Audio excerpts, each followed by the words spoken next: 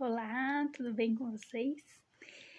Eu quero agradecer, de novo a oportunidade de estar aqui e compartilhar algumas reflexões. O tema que eu escolhi foi cultivando virtudes. E eu comecei a pensar nesse tema pensando na terra. O que envolve o cultivo da terra? São muitas possibilidades, muitas tarefas. Vou tentar listá-las para a gente ir refletindo junto. Primeiro é preciso escolher o melhor lugar para o plantio. E essa escolha envolve pensar na incidência do sol, na qualidade do solo, no vento, na chuva, na angulação, na proximidade. Vários itens para se pensar quando a gente vai escolher um lugar para plantar. Depois é preciso planejar a infraestrutura. O que vai ser necessário? Para quê? Por quanto tempo você quer plantar? E que tipo de cultivo vai ser? Vai ser um cultivo orgânico? Vai ser agroflorestal? Vai ser industrializado? A gente vai precisar de semente, de muda, de irrigação? Como é que vai ser a colheita? Enfim, é preciso fazer um planejamento. Depois é preciso cuidar da terra, prepará-la, com os insumos necessários, depois plantar. E a parte mais trabalhosa de todas, que é o cuidar. Cuidar todos os dias. Ir lá, verificar como tá, verificar os insetos, o desenvolvimento, como é que tá a terra, limpar, se vai ter que fazer algum conserto, na irrigação, em algum sistema, mudar alguma coisa de lugar, todo dia. Quem planta sabe que não pode, deixar um dia sem olhar, já pode ter algum problema. Então, é um cuidado intenso. Terminando, então, a gente vai para a colheita. E aí, colhi? E como é que eu vou fazer esse alimento chegar às pessoas? Eu vou doar, vai ser só para minha família, eu vou para feira, vou vender no supermercado. Como vai ser isso, Como esse alimento chega nas pessoas. E ao servir o alimento para nossa família, a gente vai precisar prepará-lo. Seja lavando, cozinhando, preparando uma salada, misturando com outras coisas. E aí sim comer. Então, eu pensei em 9 passos, mas cada passo desse tem várias tarefas, É uma árdua caminhada que todos os agricultores que produzem nossos alimentos fazem. Todos eles passam por esse caminho. Então, só pensando no nosso arroz com feijão de todos os dias, a gente já tem muito para agradecer, A todas essas pessoas que plantam e que cuidam dos alimentos por nós. Mas essa não é uma aula de agricultura, até porque eu não sou muito boa nessa área, não. Eu só fico observando e admirando os agricultores aqui da região, que trabalham tanto, pela nossa alimentação. Em especial os agricultores familiares. Mas o tema é cultivar virtudes. E o cultivo das virtudes tem muito a ver com vários desses processos da agricultura, porque são processos longos e são processos trabalhosos e importantes para a gente produzir frutos. Então, quando a gente pensa na nossa reforma íntima e planeja nossas mudanças internas, o que pode acontecer no final do ano, no final de um ciclo, quando alguma dor vem, quando acontece alguma coisa nas nossas vidas que nos chama para refletir, ou todas as vezes que a gente abre o evangelho ou uma leitura espiritualizante. E, em geral, quando a gente pensa na nossa reforma íntima, a gente segue 2 caminhos. O primeiro caminho costuma ser o da luta com as nossas imperfeições. Então, a gente faz uma lista escrita, uma lista mental dos nossos defeitos e começa a lutar arduamente contra eles. Muitas vezes essa luta pode gerar uma culpabilização exagerada de nós mesmos, uma raiva, desamor, a gente começar a se comparar com outras pessoas e o desânimo. Nessa fase, nesse caminho da luta contra as imperfeições, é fácil, né, a gente cair em frases como: nossa, eu não acredito que eu fiz isso de novo, né? Como que eu sou ruim nisso? Nossa, eu não dou conta disso. Ah, eu não dou conta disso porque eu sou ser humano, é assim mesmo. Ou, aquele vizinho faz isso tão bem, olha só. E eu aqui errando de novo, né? Que coisa. Essas são frases comuns de passar pela nossa cabeça quando a gente está num processo de auto-julgamento muito forte, né? De estar olhando muito para as nossas dificuldades, para os nossos erros, para o que não tá bom, e tá nessa luta interna. E essa luta pode não frutificar, porque a gente pode ficar lutando, e não conseguir ver nossas superações e acabar caindo no desânimo. Um outro caminho que é comum entre nós é o da fórmula mágica. Um belo dia você decide, não, eu vou mudar. E aí você já faz seu roteiro do dia seguinte. Então amanhã eu vou mudar. Então eu vou acordar às 5 horas da manhã, eu vou caminhar, depois eu vou meditar, depois eu vou fazer minhas orações. Aí eu vou trabalhar com muito amor, cuidando de todas as pessoas, não julgando ninguém, sendo super responsável, super disciplinada. Eu vou me libertar das mágoas, vou perdoar todo mundo e no final do dia eu tenho que fazer um trabalho voluntário. Além do trabalho voluntário, é importante eu ir lá no centro espírita, acho que umas 3, pelo menos 4 vezes por semana, né? Eu tenho que cuidar da minha família, eu vou visitar os meus amigos, eu vou deixar minha casa maravilhosa, porque tô precisando cuidar de casa. Eu vou cuidar com muito amor dos meus animais, eu vou me alimentar bem, eu vou ouvir os pássaros, contemplar a natureza. Tem aquele livro que eu quero ler. Nossa, eu preciso muito ler aquele livro, estudar ele. E eu preciso também melhorar nas habilidades artísticas, né? E aí, quando acabar meu dia, finalmente eu vou seguir a recomendação lá do Santo Agostinho de observar o que eu fiz, escrever e seguir em frente. Pronto. O plano tá feito. Coloco o meu pijama, vou dormir, feliz, alegre, contente e tá tudo resolvido. A partir de amanhã, mágica, ufa, vai dar tudo certo. Dá até uma canseira, né? Pensar num dia com tantas coisas, mas é um dia maravilhoso. Esses dois caminhos revelam nossa imaturidade, né? Nossa forte vontade, né? Desejo de mudança, de transformação. Provavelmente todos nós já passamos por esses momentos de querer mudar tudo de uma vez e tá muito esperançosa, né? E querer virar outra pessoa. Ou de ficar numa luta interna muito forte. E elas fazem parte do nosso desenvolvimento, assim, né?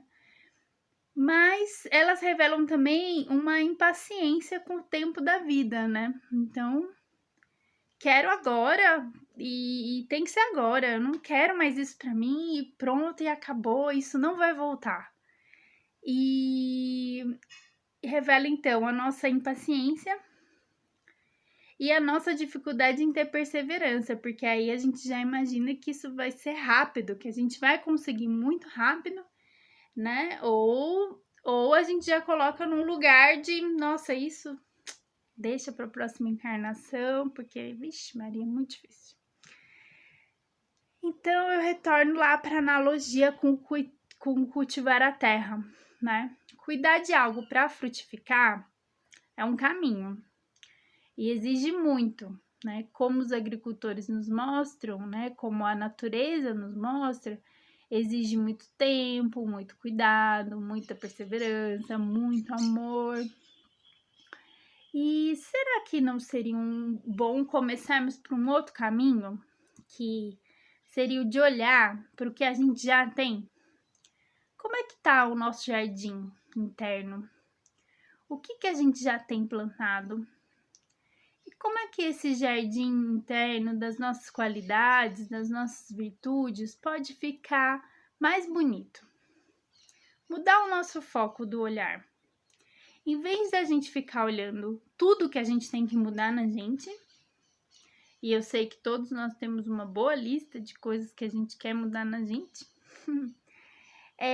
para o que a gente já tem, para o que a gente pode potencializar. Mudar para um olhar de auto-amor, de autodesenvolvimento, a partir do que já sou hoje, do que eu já conquistei.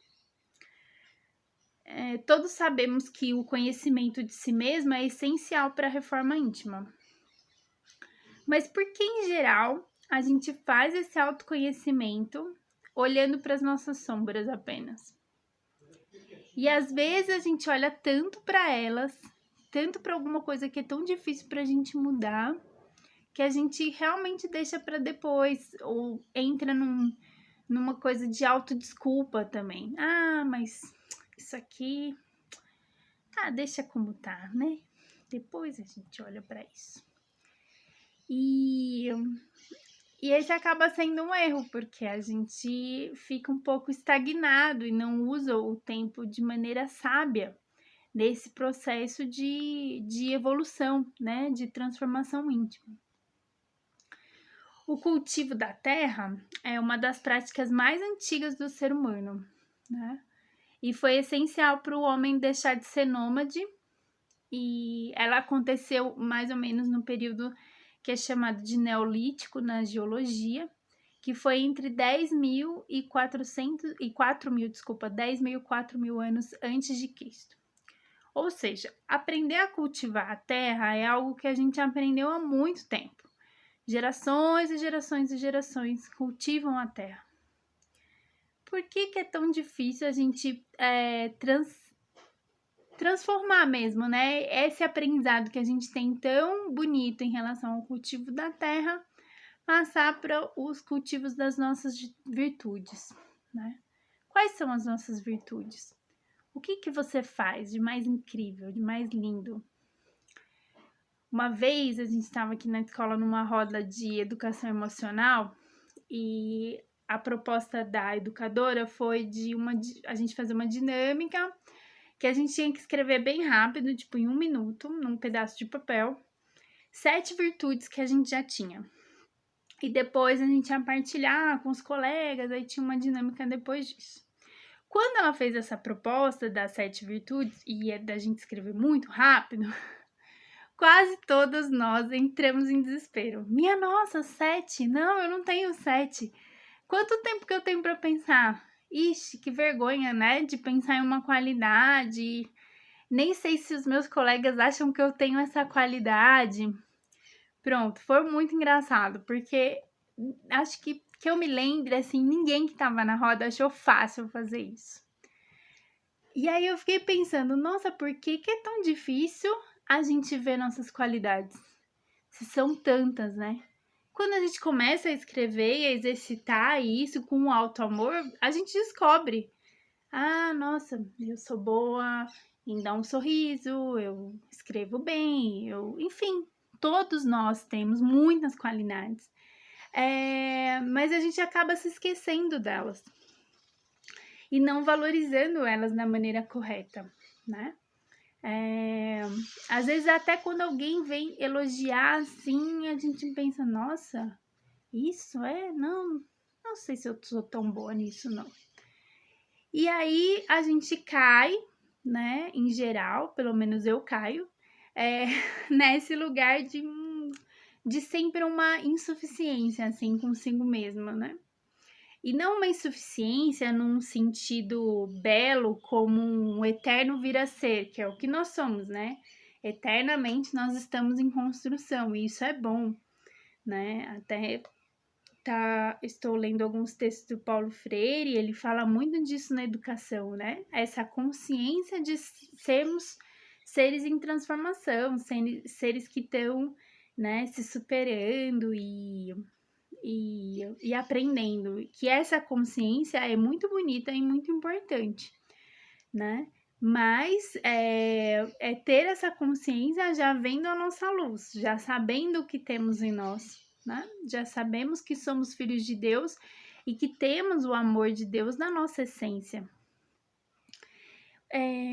Eu fiquei refletindo também que esse tempo de pandemia tem levado muitos de nós, né, a pensar melhor, a parar, a refletir, a como está a nossa vida, né? A pandemia tem sido um grande convite pro respirar, né? Pro acalmar-se, para ter esse tempo mesmo, né? De uma reflexão interna. E a vida é sempre um convite, né? A gente está tendo nesse momento planetário um convite muito intenso, porque toda a humanidade está sendo convidada para parar e olhar. E olhar tanto para si mesmo quanto olhar a partir da janela das nossas casas. Como é que está o mundo lá fora, né? O que está acontecendo com a natureza ao meu redor, o que está acontecendo com a organização social. Muitas questões sociais que ficavam muito escondidas, assim, estão, né, aparecendo para todo mundo. Nossa, isso é um problema, né? Como que as pessoas estão vivendo na nossa organização social. Tem sido tudo muito intenso, né? E o Divaldo Franco lançou há pouco tempo um livro chamado No Rumo do Mundo de Regeneração, pelo espírito Manuel Filomeno de Miranda, que fala exatamente desse processo de regeneração a partir, né, da pandemia. Eu não li o livro, mas algumas pessoas colocaram na internet algumas mensagens presentes nesse livro. Uma delas foi ditada pelo Espírito Ismael, né, que é o guia espiritual do nosso país. E ela está disponibilizada lá no YouTube. E eu ouvi várias vezes essa mensagem, que eu achei muito, muito forte, assim, muito importante. E nessa mensagem, o Ismael começa relembrando a formação geológica do planeta Terra, que teve tantos períodos, né, de mudanças naturais. E aí ele coloca o momento que o ser humano passa a habitar a Terra como um ponto culminante representativo da obra de amor divino no planeta. E a vinda de Jesus como guia, né, da humanidade, trazendo seu modelo de amor. E aí o Ismael explica né, nessa mensagem que a gente está vivendo dias que são dias de purificação. E eles são dias de purificação dessa maneira tão dolorosa e tão complexa por conta dos nossos graves erros, né, morais. E que é um período muito, muito sério. E que esse período, então, de sofrimento está programado para ser um momento de renovação, né? E que a evolução, ela é contínua, né? A gente não tem o que temer em relação à justiça divina. Tudo acontece no momento necessário. No entanto, nós temos nosso livre-arbítrio em relação ao que fazemos por estarmos encarnados nesse momento e diante de oportunidades inúmeras, né? Cada um vivendo aí as suas oportunidades de crescimento interior, né? Eu acho que nenhum de nós passa ileso por esse momento do planeta. E ainda de acordo com a mensagem do Ismael, a gente está sendo convidado a trabalhar com a espiritualidade protetora para desviar as atrações do mal, né, do nosso planeta, para a gente fortalecer esse caminho da regeneração planetária.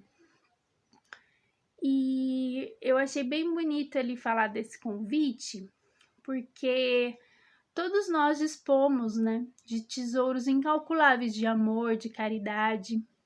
Todos nós podemos trazer claridade para as pessoas que estão ao nosso redor, para as tarefas que a gente está envolvido.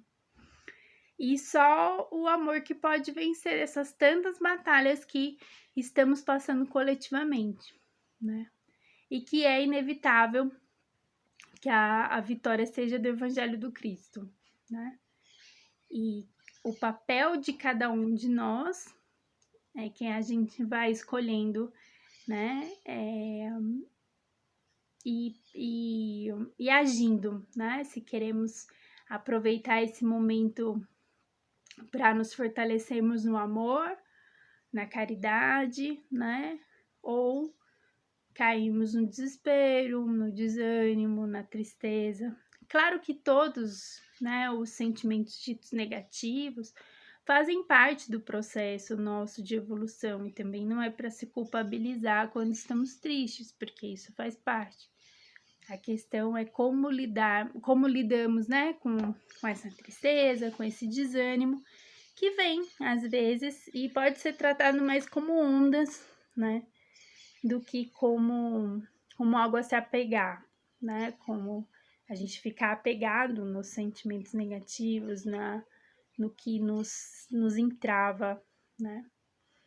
Melhor pensarmos e usarmos nosso tempo acreditando, né, que somos co-criadores e que estamos sendo chamados a atenção de várias formas, né? Basta a gente parar um minuto para pensar, nossa, o que está acontecendo nesse momento do planeta, para respeitar as leis divinas, né? O que tem, que mensagens estão chegando para mim para eu me despertar? E é claro que há um convite muito grave no momento, grave no sentido de forte, para esse fortalecimento mesmo do amor, né, entre nós. Então, fica claro que é necessário, muito necessário, abrirmos o nosso coração e cultivarmos esse mundo de regeneração hoje, já, em nós mesmos, né? Para sermos merecedores até de continuarmos sendo habitantes do planeta, da Mãe Terra. Então, cultivar virtudes. As que Deus já deixou depositado dentro de nós, por sermos seus filhos. Acreditarmos nesses potenciais como se fossem sementes. Deus colocou sementes em nós e falou: olha, filho, a sua responsabilidade é cultivar, é cuidar dessa semente. O livro Pensamento e Vida tem um capítulo só sobre a culpa. É um capítulo muito forte, assim, não sei se... Acho que todos vocês devem conhecer esse livro, né? É bem bonito. O capítulo sobre a culpa é um dos capítulos que eu achei mais intensos, assim. Então, eu queria ler alguns trechinhos para comentar. Por que eu tô falando de culpa? Porque muitas vezes quando a gente percebe nossos erros, como eu estava falando antes, e eu me percebo pelo menos assim, por isso estou trazendo, a gente cai num lugar, né? Então eu caio num lugar que é um lugar que me trava, que é esse lugar da culpa e que não movimenta a energia. Fica a energia ali, parada, né? Entravando o processo mesmo de evolução. Então, o Emmanuel ter trazido um capítulo só sobre a culpa nesse livro, que é considerado como um roteiro para a encarnação na Terra, me deixou bem tocada. Então, eu vou ler alguns trechos.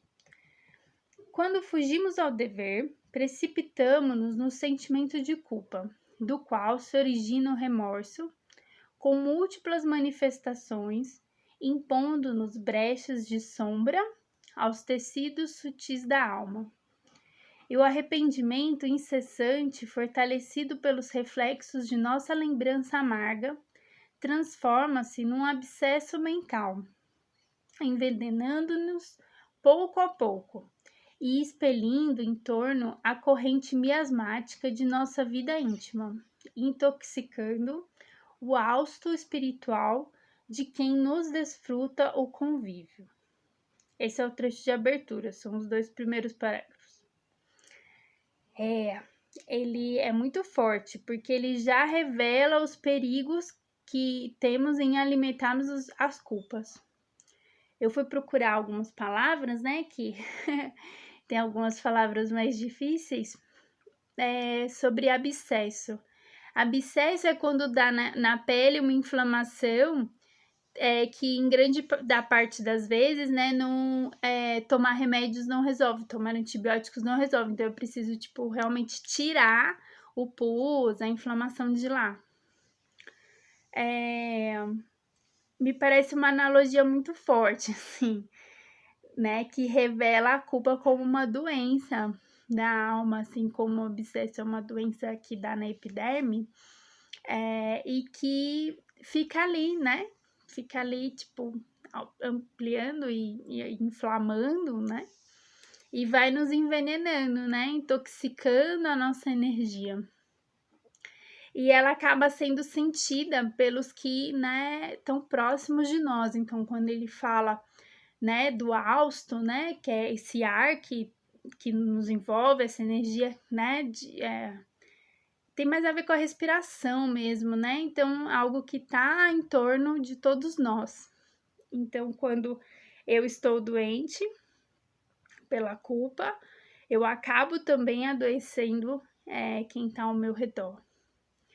E ele fala também de miasma, né? Miasma aparece na codificação nos livros da Gênese e do Evangelho segundo o Espiritismo, relacionados a fluidos espirituais que corrompem a pureza, que são nocivos à saúde, que são doentios.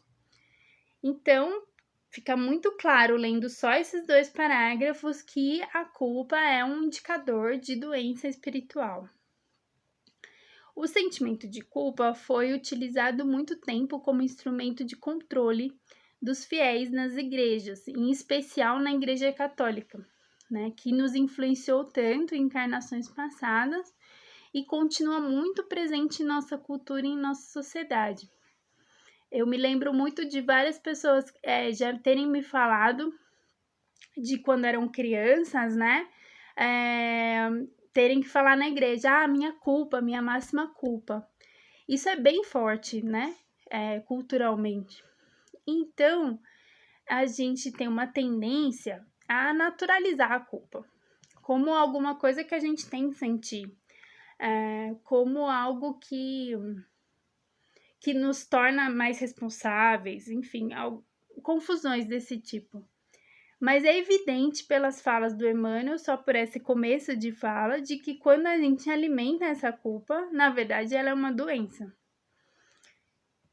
Eu quero ler mais um trechinho para vocês dessa mensagem e deixo realmente o convite para vocês buscarem fazer essa leitura, é muito bonita. Então vamos lá. Operando a onda mental em regime de circuito, por ela incorporamos, quando moralmente desalentados, os princípios corrosivos que emanam de todas as inteligências encarnadas ou desencarnadas, que se entrosem conosco no âmbito de nossa atividade e influência. É nesse estado negativo que, martelados pelas vibrações de sentimentos e pensamentos doentios, atingimos o desequilíbrio parcial ou total da harmonia orgânica, enredando corpo e alma nas teias da enfermidade. Cair em culpa demanda, por isso mesmo, humildade viva para o reajustamento tão imediato quanto possível de nosso equilíbrio vibratório. Se não desejamos o ingresso inquietante na escola das longas reparações. Então, esses são trechos que estão do meio do texto para o final, tá? É um recorte.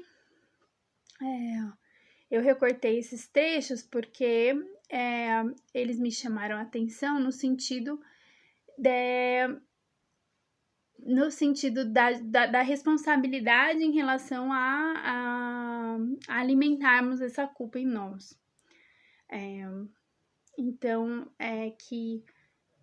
que ela não influencia só a gente, né? Não só nos desequilibra, como pode desequilibrar as pessoas que estão em torno de nós e também atrai energias que são energias, né, negativas, energias que nos entravam. A culpa pode ser vista de uma forma diferente, quando a gente pensa em uma outra palavra, que é o arrepender-se. No budismo Zen é bem forte isso, eles têm bem forte de não falar sobre culpa, mas falar sobre o arrepender-se e sobre a compaixão. O arrepender-se, então, para os budistas, né, para essa linha de budismo, tem muito a ver com perceber o próprio erro, o que não é bom em nós mesmos, para melhorarmos. Então, ela faz parte do nosso processo de crescimento no sentido de conscientização. A doença tá na culpabilização de si mesmo e do outro, né? Que pode vir mágoas, gerando todo esse desequilíbrio que o Emmanuel coloca nessa mensagem. Se eu falhei, eu vou corrigir. E a gente sempre vai ter inúmeras oportunidades para corrigir nossos erros, porque a nossa capacidade de superação e transformação é imensa. Assim como Deus nos deu tantas sementes de boas virtudes, ele também deixou para a gente a semente da superação, né? Ela está presente em nós. Há uma frase famosa, né, do Chico Xavier que todos conhecem, que eu acho que cabe muito, que é: embora ninguém possa voltar atrás e fazer um novo começo, qualquer um pode começar agora e fazer um novo fim. Então, todos os dias nós temos um convite, nós somos convidados pela natureza, pelo nascer do sol, a fazer uma outra história. Tem um outro livro que eu gosto bastante, é um livro bem tranquilo de ler, assim, que chama Jesus, a Inspiração das Relações Luminosas. É da irmã Stufo. E tem um capítulo que ela fala sobre a gente construir um novo olhar sobre a vida. Então, ela diz que a vida oferece pra gente, para todos nós, né, oportunidades para resolver os nossos problemas. E aí ela faz uma reflexão sobre algumas dessas oportunidades, que me pareceram que passam por todos nós em algum momento. Então, como a gente reage, né? A reflexão dela é: você recebe a oportunidade de superação e como é que você reage? Então, ela coloca assim: ressurge a oportunidade do perdão, mas tantas vezes nos mantemos no lugar de vítima, que acredita na maldade dos outros. Aparece uma ocasião para provar nossa paciência. E aí a gente responde com agressividade, envenenando nosso coração. Chega o convite para o aprimoramento e nos recusamos, alegando cansaço e aguardando maiores facilidades para aquilo.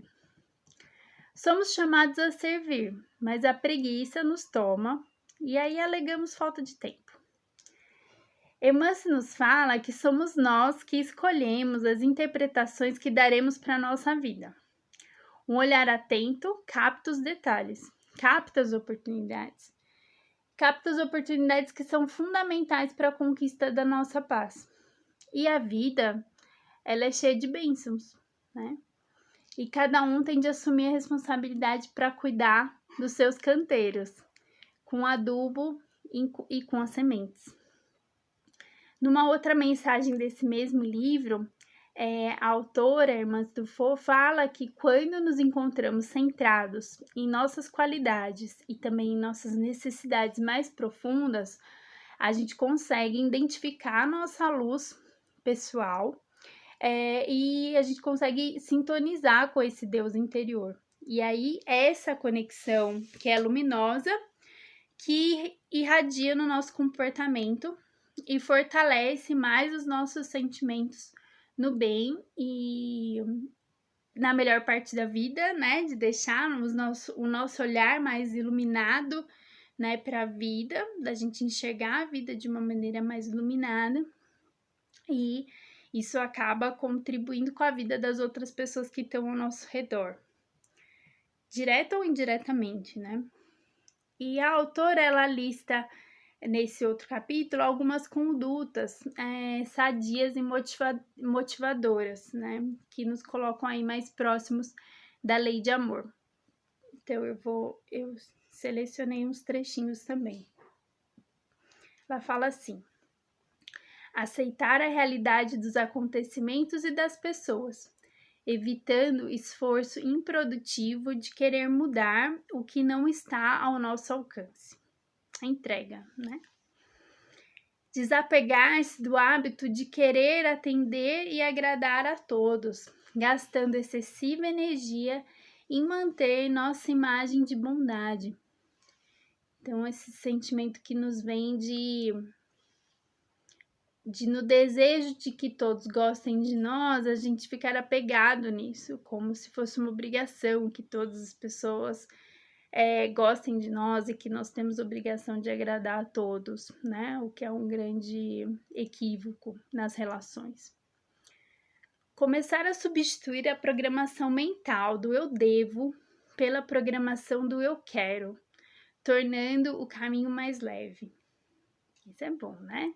Então eu quero ser uma pessoa melhor nisso hoje, né? E eu quero me transformar nesse momento, nesse aspecto, né? Com esse desejo leve, bonito de mudança. Acreditar na competência das pessoas que ama e desligar-se das preocupações em relação a elas. Sendo assim, alimentar o estado mental da confiança nos acontecimentos que envolvem os seus afetos, abstraindo-se da compulsão de fiscalizar suas vidas. Não somos donos, né, da vida dos outros. Cada um é responsável pela sua própria encarnação, pelo seu próprio caminho. O que podemos fazer é colaborarmos uns com os outros, mas fiscalizar, julgar, nos entristecermos pelas ações dos outros é perda de tempo, né? Sei que é difícil, mas que é necessário olhar para isso também. Então, continuando. Empenhar-se com mais devoção às atitudes que levem aos seus sonhos. Apreciar com mais atenção as conquistas dos seus amigos e entes queridos. Desenvolver o estímulo à cooperação com pequenas e grandes obras. Dar um bom dia com carinho e emitir um sorriso com alegria.